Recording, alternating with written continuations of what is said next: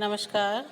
आज हम बीए प्रथम वर्ष कला हिंदी साहित्य के प्रथम प्रश्न पत्र के अंतर्गत छंद विधान के विषय में जानकारी प्राप्त करेंगे। आज जिन छंदों के विषय में हम बात करेंगे उनमें प्रथम है द्रुत विलंबित छंद। इसकी क्या विशेषता होती है कि इसमें 4 चरण होते हैं और 12-12 वर्ण होते हैं और प्रत्येक चरण में क्रमशः नगण, भगण, भगण और रगण आते हैं। न, भ और र, इस तरीके से इनका क्रम रहता है। इसको हम उदाहरण के माध्यम से समझेंगे कि किस प्रकार से ये छंद आता है।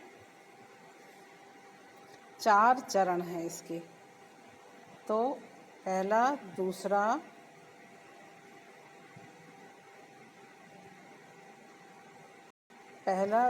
तीसरा, चौथा, ये हो गए इसके 4 चरण। ठीक है। अब इसके पश्चात 12 वर्ण, 12 वर्ण है इसमें, 12-12 वर्ण हैं। तो वर्ण गिनते हैं 1, 2, 3, 4, 5, 6, 7, 8, 9, 10, 11, 12। ये आ गए आपके 12-12 वर्ण। इसके पश्चात देखेंगे प्रत्येक चरण में क्रमशः नगण, भगण, भगण और रगण आते हैं। यह नगण का मतलब है लघु लघु लघु। भगन का मतलब है गुरु लघु लघु। दूसरा भगन आ गया तो गुरु लघु लघु। और अंत में है रगण यानी गुरु लघु गुरु। इस तरह से इनका गणों का क्रम आना चाहिए, तब ये द्रुत विलंबित छंद कहलाएगा। अब यहाँ पर हम इसी क्रम में मात्रा लगाएंगे। दिवस का अवसान समीप था, ये पहला चरण है। इसमें 12-12 वर्ण हो गए। अब इन 12 वर्णों में हम जो गण हैं उनकी वो लगाएंगे। गण कैसे लगेंगे? नगण है तो इसमें यहाँ पर दिवस, द में छोटी की मात्रा है तो इसलिए यहाँ पर, और बाकी व और स लघु लघु हैं ही, तो इसलिए यहाँ पर ये हो जाएगा लघु लघु लघु। का में गुरु आएगा, आ की मात्रा है। अवसान, स में आ की मात्रा है इसलिए यहाँ पर गुरु है, बाकी सब लघु हैं, तो लघु लघु गुरु लघु। समीप, में बड़ी की मात्रा है इसलिए यहाँ पर गुरु, बाकी दोनों क्या लघु, तो लघु गुरु लघु। और था में गुरु आ गया। तो इस प्रकार से इसमें ये मात्राएं, इसमें ये गण लगाए जाएंगे। तो इसी ऐसे ही देखेंगे तो हो जाएगा नगण नगण। नगण क्या हो गया? लघु लघु लघु। भगन में हो जाएगा गुरु लघु लघु, गुरु लघु लघु।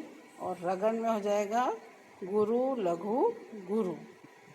इस तरह का क्रम गणों का लगा रहेगा। ये हो जाएगा हमारे द्रुत विलंबित में। अब हम इसकी दूसरी पंक्ति देखेंगे या दूसरा चरण देखते हैं। गगन था कुछ लोहित हो चला। गगन में लघु लघु लघु। था में हो गया गुरु, कुछ में छोटा है इसलिए लघु लघु लघु। लोहित, ल में ओ की मात्रा है इसलिए यहाँ गुरु है, और है में छोटी है इसलिए लघु है, तो गुरु लघु लघु। है में ओ की मात्रा है इसलिए गुरु। चला, आ की मात्रा है इसलिए गुरु है, तो लघु गुरु। तो इस प्रकार से यहाँ पे पुनः वही आएगा नगण यानी लघु लघु लघु। फिर भगन यानी गुरु लघु लघु। गुरु लघु, गुरु लघु लघु, ये तो तीनों लघु हो गए। गुरु लघु लघु, फिर गुरु लघु लघु, और फिर आ जाएगा गुरु लघु गुरु। इस तरीके से इनमें मात्राएं या इनमें गण लगाए जाएंगे। अब अंतिम दोनों चरण भी आप स्वयं लगा के देखिएगा और बताइएगा कि आपको सही है या नहीं है। अब हम अगले छंद पे चलते हैं, जिसका नाम है बसंत तिलका। बसंत तिलका,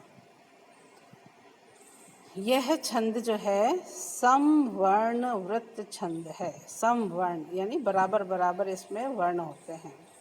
इसके प्रत्येक चरण में तगण भगण जगण जगण और अंत में 2 गुरु होते हैं। प्रत्येक चरण में 14 वर्ण होते हैं। परिभाषा है तो हम पहले देखेंगे कि प्रत्येक चरण में तगण तगण भगण जगण और जगण, पहले इनको देखते हैं, फिर अंत में 2 गुरु और 14 वर्ण। तो पहले हम 14 वर्ण देख लेते हैं। तो 1 2 3 4 5 6 7 8 9 10 11 12 13 14, ये तो हो गए 14 वर्ण। अब हम ये देखेंगे तगण। तगण का मतलब है गुरु गुरु लघु। तगण, थे दिखते, थे दिखते, थे में एक ही मात्रा है इसलिए गुरु हो गया। दिखते, द में बड़ी की मात्रा है इसलिए यहाँ पे गुरु है, और त में एक ही मात्रा है इसलिए यहाँ गुरु है, बाकी लघु है। तो गुरु लघु गुरु। परम, लघु लघु लघु। वृद्ध में व में री की मात्रा, द में ध मिला हुआ है तो ये संयुक्त अक्षर रह गया इधर, उससे पहले वाला हो गया उसका गुरु और वो हो गया लघु। नितांत, यहाँ पे ता तय पे आ की मात्रा है इसलिए, और न में छोटी की मात्रा है तो लघु गुरु लघु। और रोगी दोनों बड़े हैं इसमें तो इसलिए दोनों दीर्घ हो गए, गुरु हो गए।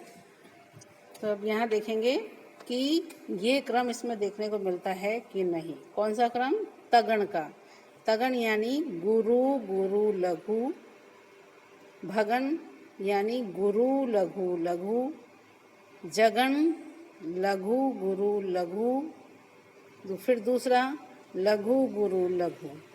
ये तो गणों का क्रम है, और अंत में क्या होना चाहिए? 2 गुरु होने चाहिए, तो ये 2 गुरु अंत में बसेंगे।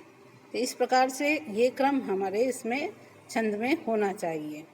तो हम इसको देखने का प्रयास करेंगे। गुरु गुरु लघु, तो यहाँ हो गया गुरु गुरु लघु, लघु तक। फिर उसके बाद में गुरु लघु लघु, गुरु लघु लघु लघु। फिर उसके बाद आ जाएगा लघु गुरु लघु, लघु गुरु लघु। फिर लघु गुरु लघु, लघु गुरु लघु, और अंत में ये दोनों गुरु बच गए। इस प्रकार से हम वर्ण लगाएंगे। इसमें गण की मात्राएं जो हैं वो इस प्रकार से लगाएंगे तो हमें स्पष्ट हो जाता है कि यह बसंत तिल का छंद है। अब दूसरे चरण को भी हम देख लेते हैं एक बार। या थी नवागत वधू गृह में दिखाती। ये 1 2 3 4 5 6 7 8 9 10 11 12 13 14 वर्ण हैं इसके, तो ये पंक्ति सही है। अब इसमें हमें वही तगन भगन लगाएंगे। पहले मात्रा लगा लेते हैं, फिर इसको हम चेक करेंगे कि इनमें ये क्रम है या नहीं है। तो या थी, य में आ की मात्रा है, थ में बड़ी की है इसलिए गुरु गुरु गुरु। नवागत, व में आ की मात्रा है इसलिए यहाँ पर क्या लगेगा? गुरु लगेगा, बाकी ये लघु लघु हैं। वधु में बड़ी ऊ की मात्रा है इसलिए गुरु है ये, बाकी लघु गुरु। गृह में लघु लघु है, में गुरु आ गया, दिखाती क्योंकि छोटा है इसलिए, और खा और ती त बड़ा है इसलिए यहाँ पर लघु गुरु गुरु हो गया। तो इस तरीके से हमने मात्राएं इसमें लगाई हैं। अब हम इसमें चेक करेंगे कि ये क्रम इनमें गणों का मिलता है कि नहीं। कौन सा गण लगेगा? पहले लगेगा तगण। तगण यानी गुरु गुरु लघु। तो ये हो गया गुरु गुरु लघु। फिर उसके बाद भगन। भगन का मतलब हो गया गुरु लघु लघु। तो यहाँ से गुरु लघु लघु। फिर उसके पश्चात जगन। जगन का मतलब हुआ लघु गुरु गुरु। तो लघु गुरु गुरु, लघु गुरु लघु। इसी तरह से दूसरा जगन आ गया, उसमें भी यही आएगा लघु गुरु लघु, और अंत में 2 गुरु बच गए, अंत में 2 गुरु आ गए। इस प्रकार से हम इनमें जो गण हैं उनको लगा करके उनको हम चेक कर लेते हैं कि वर्ण की संख्या बराबर है या जो गण लगाए गए हैं उनकी मात्राएं बराबर हैं या नहीं। तब हम कह सकते हैं कि ये बसंत तिल का छंद है। अब इसके पश्चात हम देखेंगे, अगला जो छंद देखेंगे वो है मालिनी। मालिनी छंद की विशेषता है न न म य। गणों से मालिनी सोती है, यानी कि नगण नगण मगण यगण यगण, इस तरह से गणों का क्रम रहता है, तब मालिनी छंद होता है। इसकी क्या विशेषता है कि प्रत्येक चरण में 15 वर्ण होते हैं। जैसे ये पहला चरण है तो इसमें 15 वर्ण होंगे। 1 2 3 4 5 6 7 8 9 10 11 12 13 14 15, ठीक है। 8 और 7 पर यति होती है, 8 और 7 पर यति। अब ये 1 2 3 4 5 6 7 8, 8 के बाद यहाँ कॉमा लग रहा है, ये कॉमा क्या है? यति है, इसको हम यति कहते हैं। और यहाँ पर फिर 1 2 3 4 5 6 7, 8 और 7, इस तरीके से यहाँ 8 के बाद यति और 8 और 7 के मध्य में यति लगती है। इसके पश्चात है 2 नगण, 1 मगण और 2 यगण। गणों का क्रम जो है इस तरीके से लगेगा। तो किस प्रकार से लगेगा?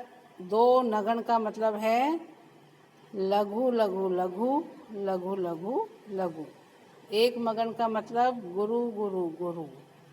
2 यगन का मतलब लघु गुरु गुरु, लघु गुरु गुरु। ये इस तरीके से है। तो हम इसकी यही क्रम जो है इनमें देखेंगे कि है या नहीं है। तो हम इस चरण पे लगाते हैं प्रिय।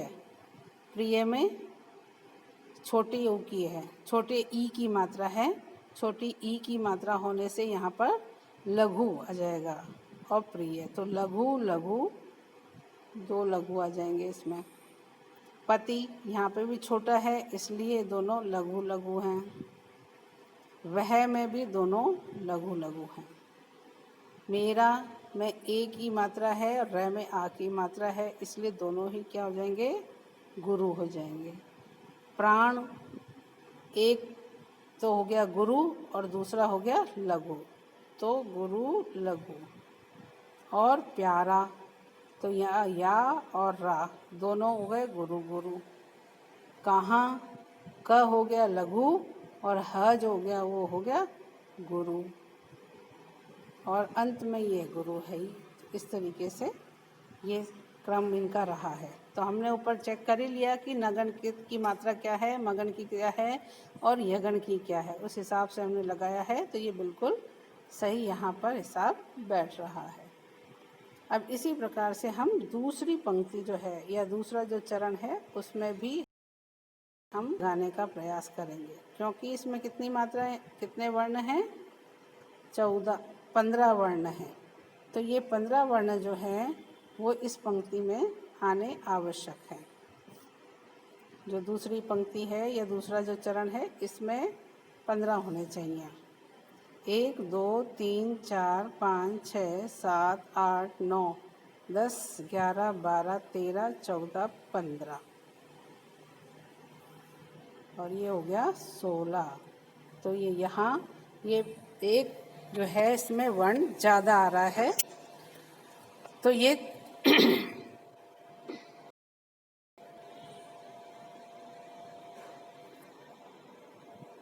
तो यहाँ पर ये हमें यहाँ पर का जो है इसको हटाना पड़ेगा, क्योंकि ये एक्स्ट्रा है। बाकी कहाँ है का क्रम यहाँ लग रहा है। तो यहाँ हम लगाते हैं दुख। द जो है वो है छोटा और ख, इसलिए ये हो गया लघु लघु। जल में लघु लघु, निधि भी लघु लघु, दोनों छोटी मात्राएं हैं। यहाँ पर मैं जो हो गया वो हो गया गुरु।